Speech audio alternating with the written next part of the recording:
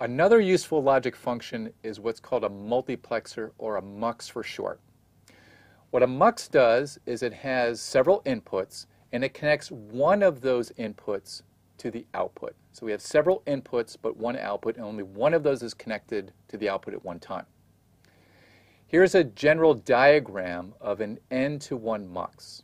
So I have n inputs, data input 0 through data input n minus 1, and each of those inputs could have multiple bits.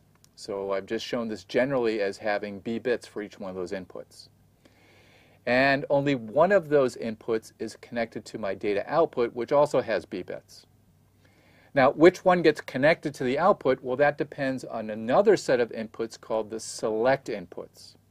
And it's just like it sounds. The select selects one of those n inputs to appear at the output. Now, how many bits do we need for the select inputs? Well, of course, that depends on the number of inputs. Well, if I have n inputs, then I need the ceiling of log base 2 to the n select inputs. Now let's talk about a couple of examples to understand why we need log base 2 and the ceiling of that number of select bits for our general multiplexer. So let's say that n equals 8. Then I need 3 select bits in order to uniquely identify which of the 8 inputs I want to connect to the output. So if I take log base 2 of 8, that turns out to be 3. Now what if n was 6? Well, it turns out that 2 bits isn't enough. Again, I need 3 bits. Now, how do I come up with that?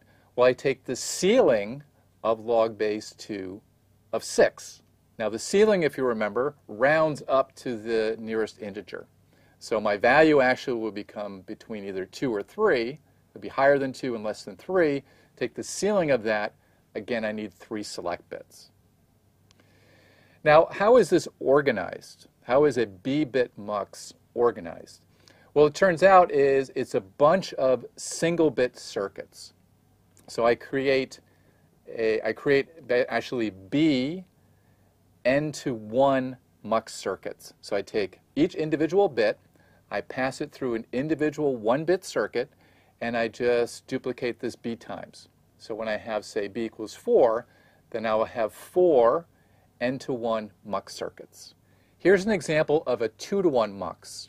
So here I have 2 data inputs, and I'm labeling those D0 and D1. And I have one output, I've labeled this Q. And I have another input, my select input, and I only need one of those because n equals 2, so I've labeled that S. So this selects one of the 2 bits to appear at the output.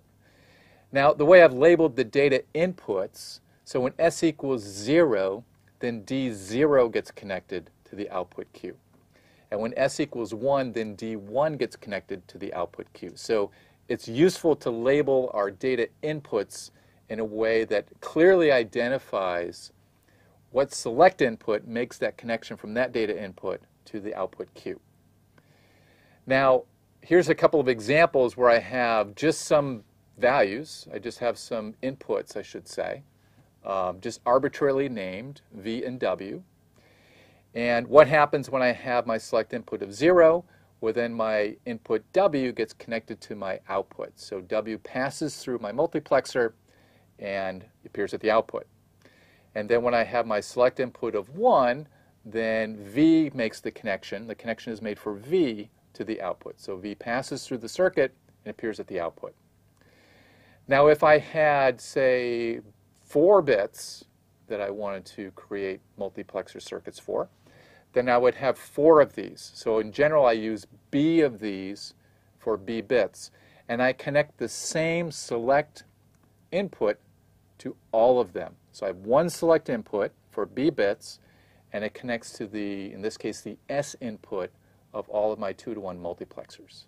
Here's a bigger multiplexer called a 4-to-1 MUX. So this selects one of 4 bits to appear at the output. And again, I've labeled my data inputs in a way that makes it clear what select input is needed to connect that data input to the output. So D0 gets connected to the output when I have 0, 0, D1 when I have 0, 1, D2 when I have 1, 0, and D3 when I have 1, 1. So here's an example where I have 4 inputs, just calling them X, Y, Z, and W. And when I have 0, 0, then that bottom input gets connected to my output. So W appears at the output. Then when I have 1, 0, then Y here gets connected to the output. And again, just like my 2-to-1 multiplexer, if I have B bits, then I use B of these circuits, and the same select inputs are used for all. I take my I have 2 select inputs to my circuit, and I connect them to all B 4-to-1 multiplexers.